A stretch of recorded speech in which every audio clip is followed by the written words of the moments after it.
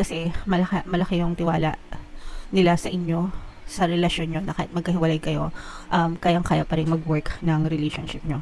So, definitely guys, this is abundance of love, no? Talagang ramdam na ramdam natin. Hindi ko alam kung nararamdaman nyo, pero ramdam na ramdam natin yung pagmamahal sa pagitan yung dalawa. Mahal talaga kayo nitong person nyo. Okay? Mahal kita. So, there's a lot of love dito sa connection na to.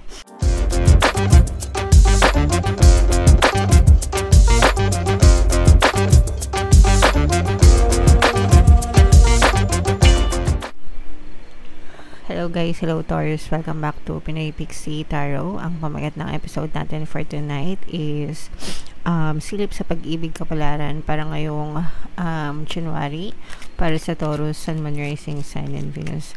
Unahin natin tong deck na to guys. Tingnan natin yung mga nais sabihin sa inyo ng inyong partner o specific person, mga messages niya sa inyo mga kapiksi. Okay, so mahal ka ng person mo, right off the bat, yan agad yung message niya sa inyo mga kapiksi. Mahal kita, alagaan mo ang sarili mo, kailangan kita. Okay? For some of you, pwedeng LDR kayo ng person mo mga kapiksi, no? Kasi baka physically magkahiwalay kayo, hindi kayo magkasama. Kaya sinasabi niya na alagaan mo ang sarili mo.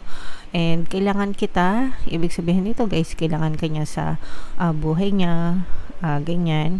And yeah, so very straightforward naman yung messages para sa inyo mga kapiksi.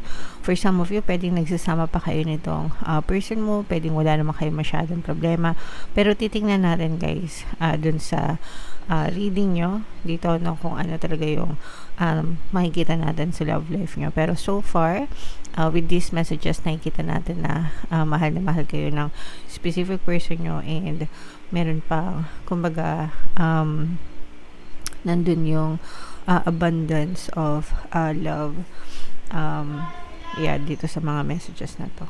Okay? Alright. So, tingnan natin yung ganap sa love life nyo guys. Shuffle natin to. Habang sinashuffle ko to, panoorin nyo muna yung video natin regarding sa ating paano mag-manifest ng abundance video course. Kapiksi, sawa ka na ba sa mga struggles at hirap sa buhay mo?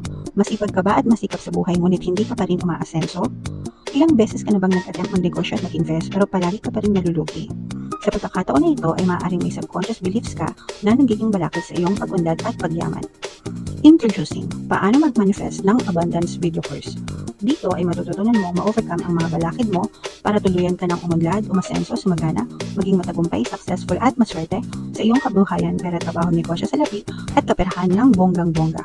Dali, mag-send na ng email sa pinoypixie@gmail.com at simulan na ang iyong pagyaman ngayon. Alright, so sa lahat ng gusto mag-avail ng course guys, yung promo natin ngayong January, magbibigay tayo ng 10% discount sa lahat ng gusto mag-avail ng course. Kaya mag-avail na kayo guys.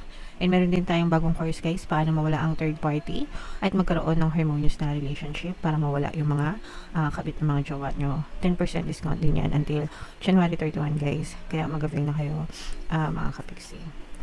So, ito yung ating love energy mga kapiksi. Taurus kayo ay nire-represent ng King of Pentacles sa ating spread. Meron ditong presence guys ng water sign, Cancer, Pisces, Scorpio. For some of you, maaring may water element kayo sa inyong natal chart, or pwedeng water sign yung person nyo. And yes, definitely guys, no, for some of you, nakikita natin na pwedeng long distance talaga yung relationship nyo because your person, parang gusto niyang i-pursue yung kanyang career choice, yung kanyang career goal. Parang OFW ganyan na parang gusto niya na itaguyod, no, yung magandang kinabukasan. Kung kayo ay mag-asawa na mga kapiksi, talagang for some of you, pwedeng nasa abroad yung mga kapartner nyo, and ang goal niya talaga is mag-explore, no, ng mga magagandang opportunities para talagang gumanda yung status ng pamumuhay and makapag-provide, no, kasi itong person mo, meron siyang masculine energy, either babae siya or lalaki siya, pero gusto niya na mag-provide para sa pangangailangan nyo, no, yung tipong mag-provide. Ibig sabihin, sumuporta sa mga kailangan nyo sa kabuhayan financially, mga kapiksi. Again guys, pwedeng ano to, no? He, she, she, kahit anong kasarian nyo, applicable siya. And by the way, mga kapiksi, no, if in case hindi kayo naka-resonate dito, pwede nyo panoorin yung video dun sa zodiac sign ng person nyo. Pwede magkabaliktad yung roles, mga kapiksi, and pwedeng ma-pick up yung energy nyo or energy ng person nyo. Excuse me. Pero yeah, so kahit na may distance yung iba sa inyo or may physical distance, talagang nandun yung pagpupursige ng person mo, hindi lang para sa makapag-provide para sa pangailangan nyo, pero para din iangat yung kanyang, kasi medyo career-oriented itong person na to. Ibig sabihin, malaking bagay sa kanya yung meron siyang personal na na-achieve, no, pagdating sa pagtatrabaho, mga kapiksi. Pwedeng hindi naman kayo LDR guys, pwedeng nasa Pilipinas lang kayo or magkasama kayo sa isang bansa, pero ang focus ng attention niya is yung pagiging responsable, pagiging provider, mga kapiksi. And ang maganda dito sa relasyon nyo guys is marunong kayong makinig sa isa't isa, no?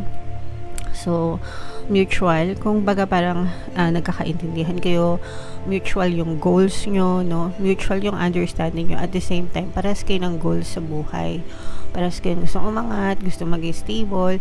So, parang nasa same wavelength kayo, mga kapiksi, kaya hindi kayo nahihirapan na mag-communicate dun sa mga desires nyo, guys. Okay? So, there's a lot of love dito sa relationship na to, guys. And ito, actually, kung umalis yung person nyo, masakit yun sa loob niya, no? Kung siya ay nag-abroad, kung siya ay umalis, iniwan ka para magtrabaho, masakit yun sa loob niya. Kumbaga parang hindi din naging madali sa kanya yung pagdedesisyon, pero ginawa pa rin niya yun kasi malaki yung tiwala nila sa inyo, sa relasyon nyo, na kahit magkahiwalay kayo, kayang-kaya pa rin mag-work ng relationship nyo. So, definitely guys, this is abundance of love, no? Talagang ramdam na ramdam natin. Hindi ko alam kung nararamdaman nyo, pero ramdam na ramdam natin yung pagmamahal sa pagitan yung dalawa. Mahal talaga kayo nitong person. Okay. Mahal kita. So, there's a lot of love dito sa connection na to. And yeah, so hindi mo kailangan mag-worry dun sa person mo. Alisin yung mga duda guys, especially sa mga LDR. Ang pinaka hindi magandang magagawa nyo sa relasyon is yung pagdudahan yung person nyo. The moment na magduda kayo sa person nyo guys, sinasabotahin nyo yung relasyon nyo. Okay? So, hindi lang puro pagmamahal guys, kailangan may kasamang tiwala, no? So, kailangan matuto kayo magtiwala sa person nyo, magtiwala kayo sa sarili nyo. Palagi nyo ipagdasal yung relasyon nyo, mga kapiksi, para mag-work. Even if long distance pa kayo or hindi kayo long distance, ang importante is pinagdadasal nyo, guys. Okay? So, ito i-mind nyo na yan sa comment section. Mine, abundance of love. Mine, mahal na mahal ako ng person ko. Mine, harmonious relationship. Yan yung mga i-mind nyo sa comment section, mga kapiksi. Pwede rin kayo makinig guys ng mga pampaswerte subliminals, relationship subliminals natin, no? Dito sa ating channel, mga pampabalisa, pampamis, para kahit na magkahiwalay kayo guys, or kahit hindi kayo physically magkasama, palagi pa rin kayo nasa isip ng person nyo, regardless of the circumstances. Okay? Alright. So, tingnan natin yung love message, additional love message para sa inyo, Taurus. Comment down below, guys, if feeling yung story nyo to. Ayan, no? Have faith, diba?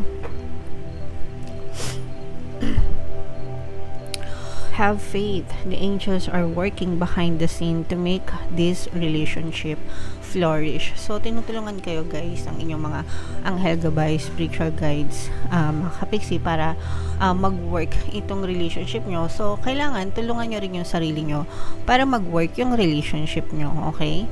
Hindi lang puro dasal, mga kapiksi, kailangan ini-effortan nyo din. And importante talaga yung mindset nyo pagdating sa relationship, kasi hindi nyo naman makontrol yung person nyo, no?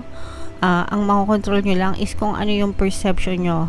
Ibig sabihin, ano yung paniniwala mo sa person mo, ano yung paniniwala mo sa relasyon mo, yun lang yung makokontrol mo, kapiksi. And kapag ka palagi maganda yung iniisip mo about your relationship, about your person, about yourself in the relationship, palagi maganda rin yung mapupush out dun sa inyong physical reality pagdating sa love life nyo, guys. Okay, so ang unang again, no, paalala, kapag nagduda kayo sa person nyo, mga kapiksi, parang anay yan, no? Anay nasisira sa relasyon nyo, anay nasisira sa tahanan nyo.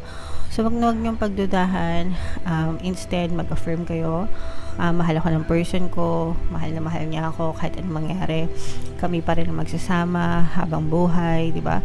Loyal siya sa akin, faithful siya sa akin. Ako lang ang the one para sa kanya. Yung mga ganun, guys, no? And harmonious yung relationship namin, okay na okay kami mula noon hanggang ngayon, hanggang forever, okay na okay kami. So ganun, guys, no? Kaysa dun sa ay nako, hindi na naman siya tumawag, ay nako, hindi naman siya nag-text, ano kayang ginagawa niya, baka may kausap na naman siyang iba, baka pinagpalit na ako sa ganito, di ba? Na-gets nyo ba? Sobrang yung mga negative thoughts na yon na iniisip nyo, mga kapiksi, no? It will be pushed out in your reality kapag naging dominant yan, guys, no? And definitely, dyan magsisimula yung pagsira ng relasyon nyo. Okay? Alright. So, have faith, guys. Manampalataya na magiging okay ang lahat regarding sa inyong relationship, mga kapiksi. Make it work. Tinutulungan kayo ng mga anghel gabay nyo. So, make sure na tinutulungan nyo rin yung sarili nyo regarding sa inyong relationship, guys. Okay? Comment down below if love story nyo ba to, mga kapiksi. For more tarot readings para sa Taurus, ito yung playlist nyo. Ito naman yung ating success stories ng paano mag-manifest ng abundance video course. Click here to subscribe, guys. Ito yung ating mga relationship subliminals. Thank you for liking, sharing, and subscribing. See you again next time. I love you all. Have a nice day. Bye-bye.